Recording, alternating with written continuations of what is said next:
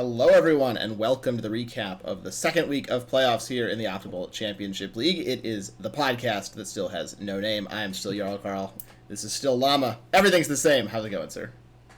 Yeah, it's going good. Had a pretty fantastic week. Had a pretty nice week of games too. So feeling pretty good. We got some messages in chat that people were from the podcast. So always love to see that. Send some more of those our way. Absolutely, always fun to see. I may have done the same. I was like, I'm from the podcast, but I was just trying to inspire others to do that. And I'm from the podcast too, so it all works out. We had some fun series. We had the one on stream that wasn't the closest series ever, but it still builds some hype for the winners bracket finals coming up in a couple of weeks. And we're slowly moving through those playoffs. A couple more teams got eliminated this week, so it's getting to be do or die time for a lot of these teams. Yeah, eliminated 2 this week. We'll eliminate 2 next week. We'll kind of note this a little bit later, but it is important to note that because the matchup of the upper bracket is a week ahead, we're going to be playing that a week from now. So we have a little bit of a break week up in the upper bracket and only going to be focusing on knockout matches this week. Yes, due to double elimination, it takes longer to get through the bracket on the bottom side because teams keep dropping down from the top. So winners bracket finals, those teams get a week off. We don't want to spoil the results, but those teams are free for a week, so they get to get some practice in and not have to play. But let's hop into the first match. Maybe we'll start with the one that was not on stream. That was Elysium Shield versus OE Infinity, a 3-1 victory for Shield. Yeah, I think it is important to still mention that obviously Elysium Shield, being the number 1 seed, they picked this side, right? So we were kind of thinking about it last week. They didn't really want to fight their Elysium brethren or whatnot, want to play against them. But this is still a 1-3 matchup. This is very, very close in seeding. Yes, it absolutely is, right? We sort of questioned, is this a risk? What are they doing here? We talked about that, at length in last week's podcast. This was a reasonably close series. I think it wasn't what I would, classify as a complete stomp for Shield, but they overall looked pretty good. They didn't lose the first game, which is interesting. We talked about that a lot last week as well. So they did lose a game, but it wasn't the first one. So I think OE Infinity definitely showing some signs of life, but Shield still a commanding series win. A 3-1 victory over the 3rd seed is nothing to discount here. Yeah, and I think it is important because we talked about their end of season schedule was kind of wild, right? That they played a bunch of these easier teams, and they also they had this off week, right, where they were watching everybody else. It was a question of, can they stay warm? Can they stay relevant? And I think the answer is pretty much a yes.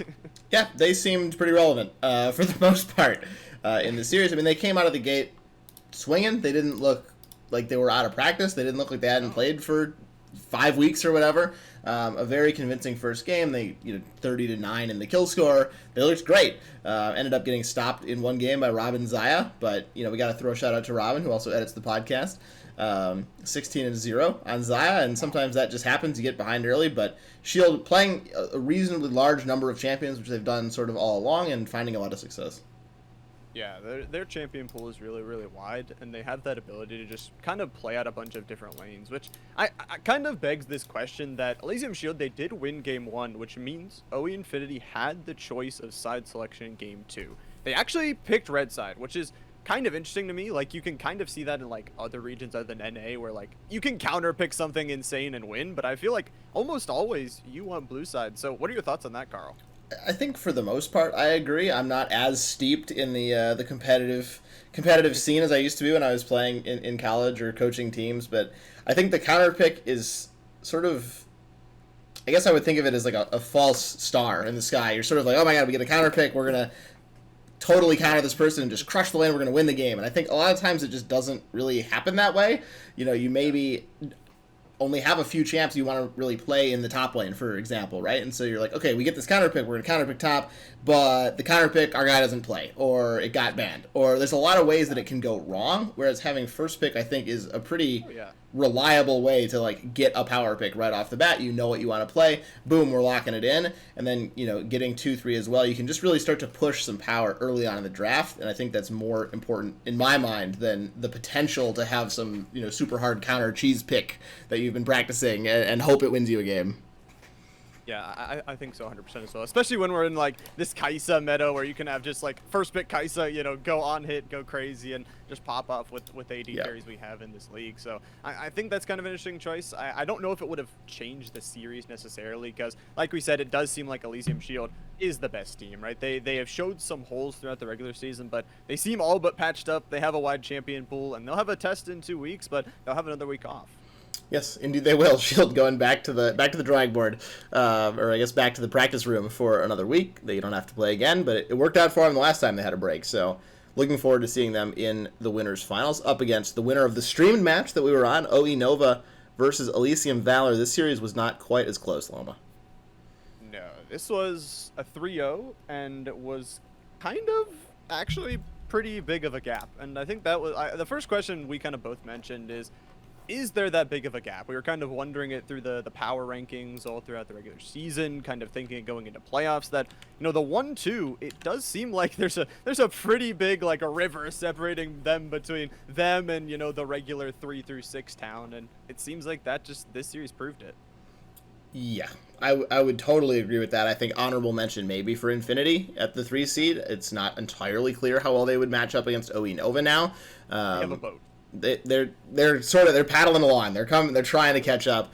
So I think that's sort of the only honorable mention I would have. Robin kind of being the cornerstone for that team. If Robin can have a pop-off series, maybe they can catch up and try to challenge, at least against Nova, and fight their way to the championship. But I think Valor, sort of an underperformance in this series. They tried to come out with their normal strategies that they like to play in game number 1. It didn't really work, and then it seemed like the adaptation just kind of fell off the cliff. They played a little bit tilted, and really they were jumping out of the river, I guess, if we want to continue with that analogy, after that first game. So Nova seemed like a superior team in this one, and really begging the question of how, you know, the playoffs will continue to shape up if these top 2 teams will just run away with it.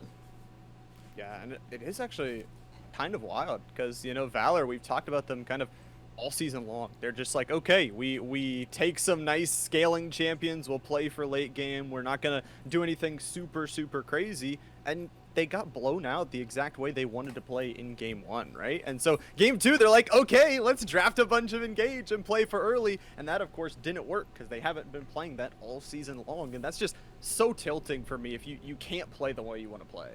I agree. I think, you know, there's definitely that drive to change and be like, okay, we got to do something else. But I think also when you switch to something that you don't play, your odds of winning sort of go down in my mind, right? You want to change it up, say, hey, we're going to, you know, this didn't work. We need to play something else. But sometimes I think just trying to run a similar composition back, maybe change a few pieces, is going to help you stay anchored around your win conditions, around, you know, to keep the mental straight.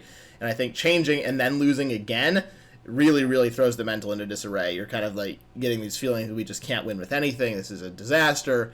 And then it's really hard to come back from there.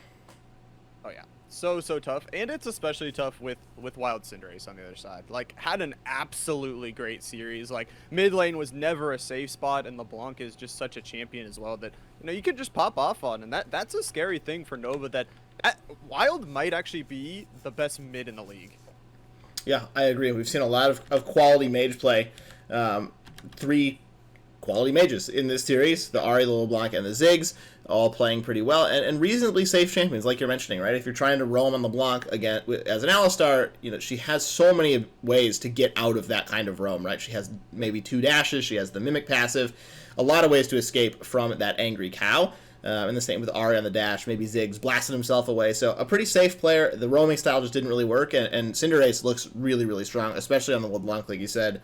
13 kills, just in complete control of the game.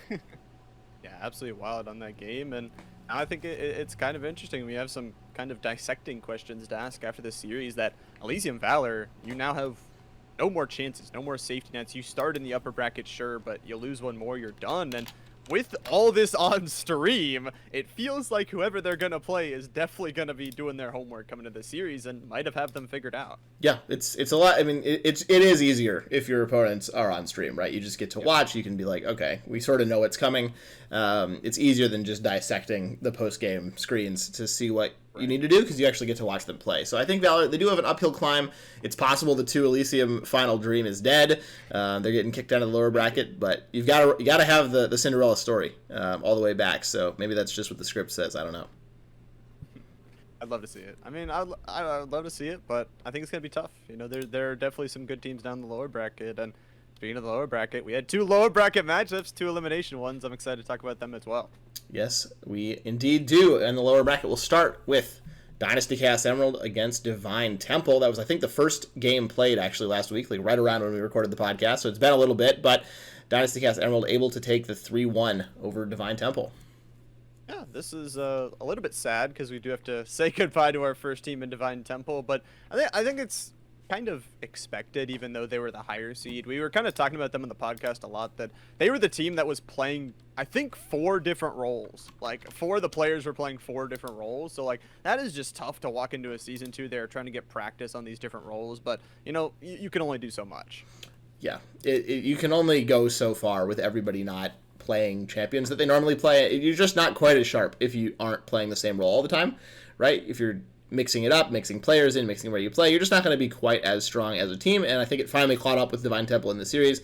Dynasty Cast Emerald, I was a little bit surprised that it was a 3-1. I think they played well overall, so credit to them. Excited to see how they do going forward. But Divine Temple just eventually ran out of room with moving everybody around. Yeah, ran out of room, and it's also like you're practicing these different roles. You're usually practicing like whatever's the meta, right? So when DCE played this game, they did their homework and they're like, okay, we're gonna bring in all these picks, right? Zac, Xerath, Asol, all these crazy things that can just say, okay, maybe you know the traditional matchups, but do you know how to beat a Xerath or a Zac, right? Exactly, and that also can go back to the people not playing on their main role, right? You're not quite as familiar with how to play against the less common matchups if you don't play in the role super often. I think that strategy definitely makes sense against a team that, again, is playing with people in a lot of off-role situations. Maybe you're strong against the top 2, 3 most common champions in that role, but hey, you're against the 5th most common person. It's a Ziggs. It's a Xerath. Hey, do you know how to play against Blitzcrank? You're just sort of asking questions of the opponents, and if they're not as comfortable in the lane, they're going to struggle against those more unique matchups. So I think that's really smart by DCE, really showing their champion Ocean, as we've sort of said before. Obviously, they'll have a harder matchup next week, but they took care of business. I think they raised their stocks a little bit. They're in the light green situation, and we'll see how they match up going forward. I think it is interesting though. Like you said, they are gonna have a tougher matchup next week. And I mean, the other thing is like it's not only a tougher matchup, but you ask all those questions again, right? You say, okay, Divine Temple, can you answer the Blitzcrank? No. All these other teams, can you answer the Blitzcrank? Yes, and they'll beat you with it if you pick it, right? Like there's no good answer.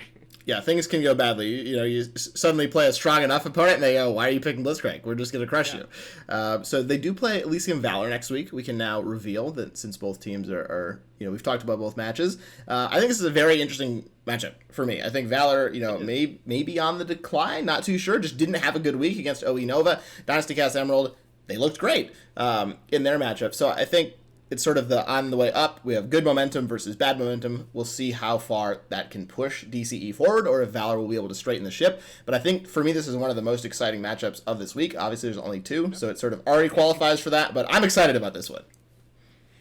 I think it'll definitely be good. And, we still got to give props. Divine Temple, great season, great stuff, still pulling out a 6th place. And congrats to them for all the success. And I hope to see them in the future to keep on improving. Yes, absolutely. Commiserations to them. Of course, DCE moving forward to the next round of the playoffs. The final match that we need to recap before we start looking ahead is the Bad Guys against Always Slept On. All right, this is, I think, a weird one. I'm not gonna lie. We came into it expecting, right? I mean, it's 4-8. It's the biggest seed gap of the of the matches this week, and it is Always Slept On getting eliminated 3-1, but I don't know. It felt like exactly the type of series the Bad Guys would want. Yeah, it was. It seemed like a banger of a series. We weren't there. We didn't get to watch, but there were a lot of kills going on. We sort of noted in the notes there were 60 kills in a 22-minute game in the third game, which that's a lot of kills, right? Almost 3 games, three kills a minute, which is absurd. So a lot of fun, I imagine, if you're playing in that, especially for the Bad Guys. Able to take the 3-1. We'll get to the 1 defeat in there at some point. Sort of an expected win from the Bad Guys, but it seemed like it was more than just a casual stop. They were killing people left and right. Yeah, it was I mean, like you said, 3 kills a minute is kind of nuts for any game, right? So, but it's exactly the type of play the bad guys want, right? They're an explosive team. They're kind of wild, wacky, and crazy. So I think definitely a deserved win. But you did mention that loss. We're very confused. I think as much as everybody, a lot of question mark pings on that game. It's an 8-minute game, and the bad guys lost. So we don't know exactly what happened. Bad guys take the defeat. There were 3 kills in that game, so not quite at the kills per minute. No turrets taken, no objectives. It's a real question mark. I think the question marks are real. If anybody happens to know what happened, let us know, I guess, in the comments. I don't think anything... I guess it's inherently unusual. I don't think there's anything like too strange going on here, but think maybe some DC surrender. I don't know. It's a complete puzzle. So I mean, maybe the only thing I can think of is like I know there's hurricanes, there's lots of weather going on, so maybe somebody's internet got taken out, but I don't know. I'm not sure. I think we'll leave that one unsolved unless anyone knows, and then it'll be solved. So a 3-1, maybe a 3-0 in the games that were fully played out. The 3-1, including the surrender, and we do have to bid adieu to Always Slept On as the second team to be eliminated. Yeah, sad to see them go. Still happy they got to see some playoff games. Still got a good matchup for themselves. I do think for the bad guys that, even though there is questions about that game, we just have to kind of mention you do have to be careful like giving up free games, because like you're going forward in the playoffs. It's not going to be a game where okay, you have an internet outage, okay, maybe you just gave over like game point to the other team, right? That's a good point. Yeah, you don't want to do that. That's not a great way to go about it, I think. Anyway, we're going to leave that one unsolved unless anybody happens to know, and we can move on to looking ahead. But a farewell to Always Slept On. Again, we're glad they got some playoff games in and hope to see them around again potentially in the future going forward. But let's look ahead to week number 3. We'll just do it the order we had them in the notes here. Elysium Valor, Dynasty Chaos Emerald. As I said, one of my matches to look for this week.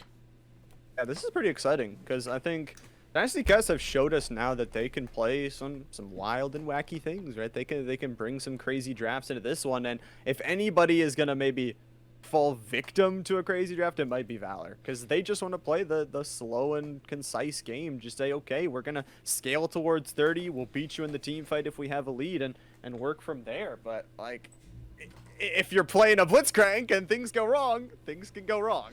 This is a good point. They can go wrong, and more importantly, I think they can go wrong very quickly, in sort of a rapid fashion. If you're a team that wants to play that long 30-minute game, I think we've sort of seen maybe one of the ways to beat Valor is to just smash them early. If you're able to get a overwhelming lead and snowball win the game, that really throws a wrench in the way that they like to play League of Legends. And I think Dynasty Chaos Emerald, maybe also the bad guys would be a good matchup for Valor, theoretically, continuing that style. But I think DCE, they beat a lower tier team. Valor lost to a higher tier team. So where do these teams actually match up?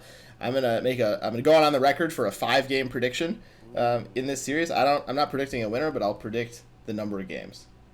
Okay. I could definitely be on board with 5 games. I could definitely see it. I think the one advantage that Valor do have is their sister team. That you always got to think like Elysium Valor and Elysium Shield, although they are like opponents, they're working together. So Shield is going to get all their management. They're going to say, here's exactly what you did wrong. Maybe they have more experienced players to, build a better draft for them or something. And, maybe they could come in a little bit more prepared into that week. I think that is a very good point. You having that sister team, right? You're part of an organization. You probably have just more staff involved in that as well. So I think Valor, maybe they do have a little bit more assistance going over the games, trying to maybe change up the style. Who knows? Maybe we'll have some kind of fast early game style. They've been working on the roaming. Who knows? Going forward into this week. But I think a little bit surprised, honestly, that Dynasty Chaos Emerald is still in this round. The seed would sort of indicate that as well. But I think a well-deserved victory in this past week, and looking forward to trying to continue that Cinderella run, if you will, against Valor. And I think Valor will be able to right the ship, but it was a sort of a frightening loss, I think, for them this week, just the manner in which they were dispatched by Nova. Yeah, and I mean, they've already done, you already give them props, right? Like you said, their seed is 7. They've already done better than everybody expected them to. Mm-hmm. So any other wins, anything else is just extra victory from here on out. Yeah, absolutely. They're the only team so far that the seed, they got 1, 2, 3, 4, 5, and 7. So Dynasty Cast, they're fighting up in the seeds, and the teams were really close at the end of the season, record-wise, right? A couple of wins could have catapulted somebody forward. You had a bad day, somebody was sick, whatever, and that might have moved you down. So it's not at all like this is a foregone conclusion. It's a 2-seed difference. We know these teams are pretty close. So I think this will be a good matchup. Maybe on stream. I guess I was going to say I think the winners final will be on stream, but it's not this week. We already said that. So one of these two games will be on stream, and definitely tune in to either of them. But I think this one will be fun. Yeah, I think it will definitely be a fun one. I think it'll be good. But obviously, moving to the second matchup of this next upcoming week is going to be, I think, a good one. It's going to be an exciting one. It's the bad guys at 4 seed versus OE Infinity at the 3 seed. Both not coming off a loss, so bad guys actually, like we said, dropped down a little bit early, and now they have a tough road ahead. Yeah, absolutely. I think this is also going to be a fun one. We're at the point in the playoffs where all the matches are fun, right? Everybody's close. Everybody, they have the same record in the playoffs. Everybody's fighting for those last spots. So, of course, it's going to be fun. Whatever one's on stream, go tune in. I think bad guys just really want to play their game. They want to get into a brawl. They want to get a lot of kills. We saw that against Always Slept On. OE Infinity, a much higher caliber of team that you need to try to take out, but Infinity, they sort of got knocked around this week. Robin needs to have a good performance for this team. I think that is Infinity's biggest strength. Yeah, and I'm hoping they're healthy too, right? Because they also were. You talk about those sicknesses that they were dealing with some sickness. We don't know what's happening with players around the United States with all the hurricanes and earthquakes and random flash flooding. So make sure you are staying safe, but also hoping. I mean, that's not how you want a game to end, right? Both teams want the highest competition possible. They want Robin in the game. The bad guys want to have all their players active, and that's what we want too, right? You don't want a team without their star player. Yeah, of course not, right? You don't. Obviously, you take the win. If you're in the playoffs, you move on. But it just doesn't feel good if, Robin's out sick and you beat the substitute. Okay, you move on, but you don't feel good about it. So hopefully everybody can field their full roster. I'm excited about this AD carry matchup. I think Bastard Child has played very well in all 3 games last week, 7-3, 9-4, and 15-2 on my favorite champion, Caitlyn, in one of those games. So obviously, again, it's against a lower tier team, but I think the AD carry matchup is something to watch here. I'm biased. It's my favorite role, but I think that's a place where these two teams really could fight because both of these players like to carry, and when that happens, a lot of times you get those 2v2 fights. The AD carries are saying, we need to get some kills. We're not content to just sit and wait. We're going to go toe-to-toe.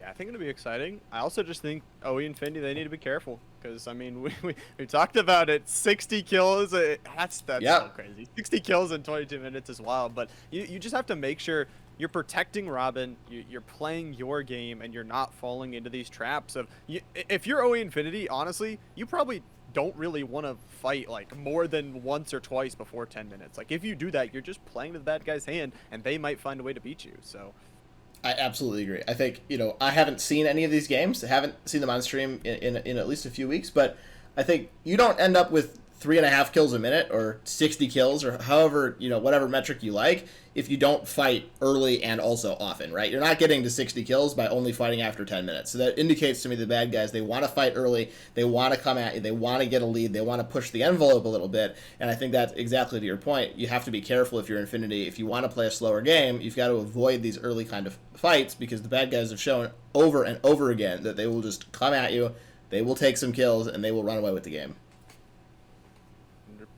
Got to feel that for sure. Both those matches, I think, got to be really exciting. Like you said, we're at the point in the playoffs where it's like every match is exciting. These two are both obviously elimination matchups, so could possibly be saying goodbye to 2 more teams, and maybe the double Elysium or double OE dreams could die after this week.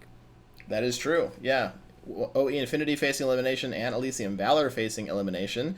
Obviously, if they both win, though, we'll have the OE and Elysium battle both rounds. Battle. Right, so it's possible we could get through without them ever playing each other, but it's a little bit hard to make that scenario. So I think at some point we're going to have an organization battle unless they unless they go down this week, and then they might never meet in the playoffs, which would be sort of sad, but I think any of these teams certainly could win this week. I don't think there's any matchup where it's, even a prohibitive favorite. Anyway, I think any of these teams could win.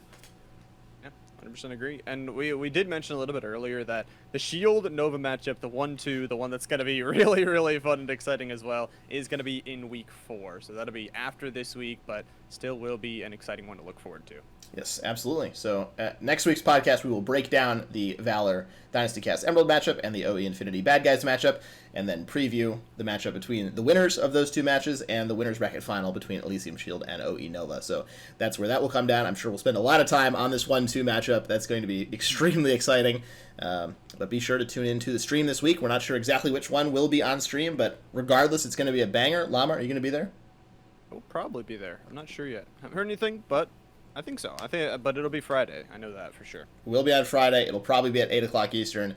The link is twitch.tv/Optimal Championship League. Come say hi. Maybe we'll be in the chat, even if we're not on stream. Ooh. And, let us know you're from the podcast. Trying to get that trend going a little bit more. But, Llama, any thought? Spam it. There you go. Spam it in the chat. I don't want to see any other chat messages. Ruin the chat experience for everybody by telling us you're from the podcast. That's exactly what we want to see. Llama, any final thoughts on the way out this week?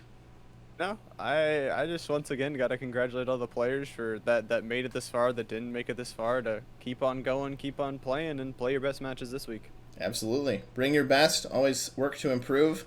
And remember, always do what's right and not what's easy. That's the new sign-off for this week. This has been JarlCarl and Llama bringing you the Week 3 playoff preview and the Week 2 playoff review. We will see you next week and on the Rift. Take care. Bye-bye.